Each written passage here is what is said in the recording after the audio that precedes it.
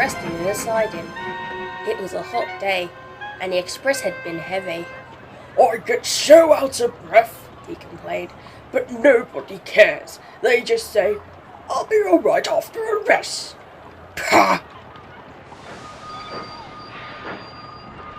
"Get the Fat Controller to give you tanks in a bunker," suggested Thomas cheekily. "You'll feel like a different engine." "We tank engines never get out of breath, you know."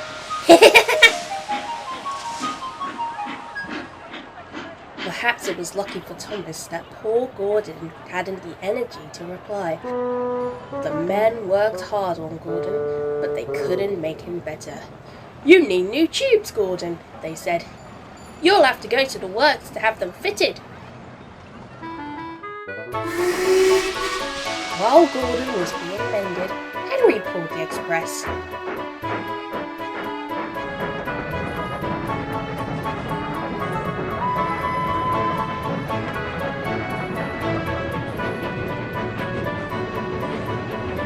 One morning, just before Gordon was due back, Henry was ill too. "Oh, we have no spare engine except Thomas," the inspector told the Fat Controller. What the hell is wrong with you, you bomb-throwing drunk? "But he can't pull the train on his own." Could Percy help?" asked the Fat Controller.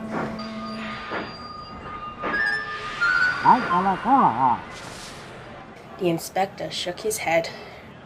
"The two of them with Doug might manage," he suggested. Beep, beep, boop, maggot. "It's only as far as the works. They're sure to have a spare engine there." So the three tank engines were coupled together.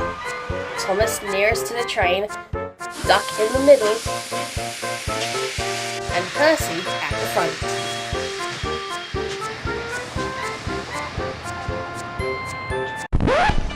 Excuse me, sir. Do you have a Prince Albert in a can? Hören Sie den Beschuss nicht? Well, you better let the poor guy out. Aufhängen! Hang on, that wasn't in the story. What the hell was that crap? Anyways.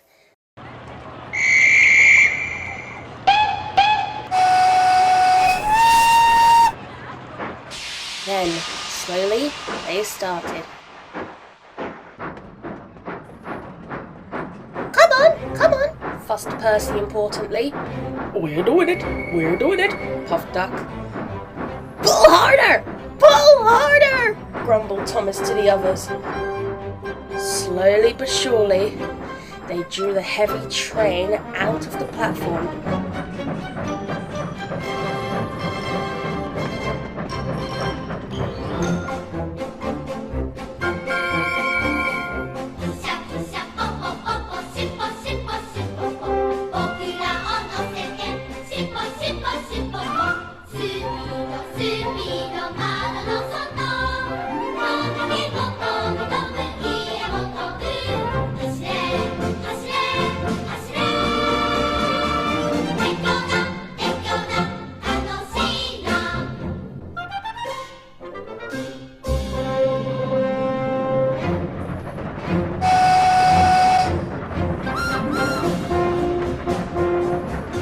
The engines couldn't go as fast as Gordon, but the passengers didn't mind. They knew that Percy, Thomas and Duck were doing their best.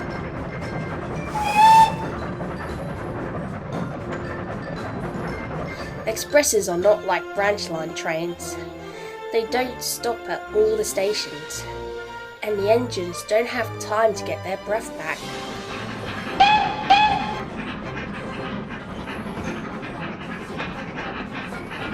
Soon, the three began to feel tired.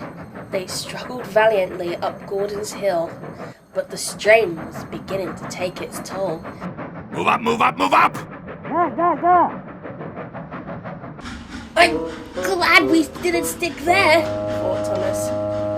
Gordon would never let us hear the end of it.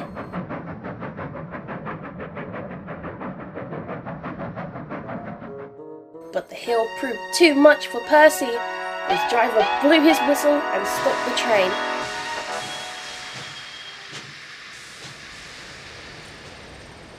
"We can't take you off, Percy," said Thomas's driver. "Do your best to keep your brakes off. It's not far now." Pyro down! Aw, crap.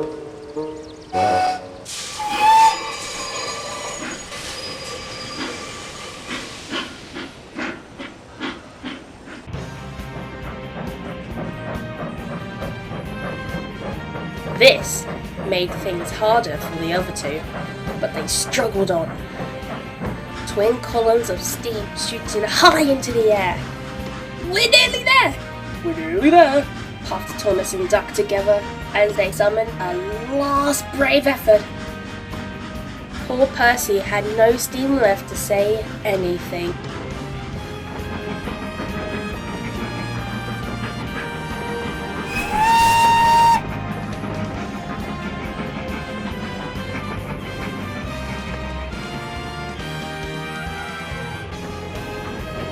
They were just passing the works when Duck found he could go no further. I am having a heart attack! Thomas couldn't pull the heavy train on his own, and the 3 tank engines came to a standstill, a few yards short from the station platform. And there, watching from a work siding, stood Gordon.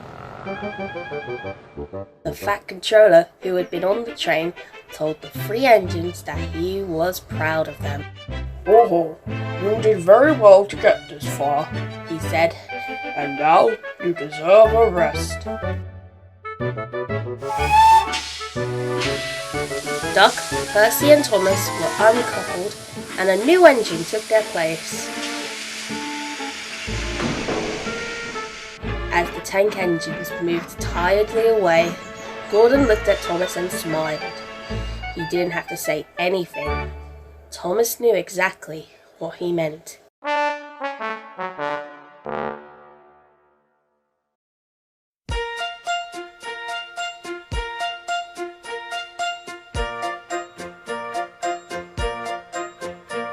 It's a really useful engine, you know. All the other engines, they'll tell you so. He huffs and puffs and whistles, rushing to and fro. He's the really useful engine we adore. He's the one, he's the one. He's the really useful engine like we adore. He's the one, he's the number one. Thomas the Tank Engine. He's the really useful engine we adore.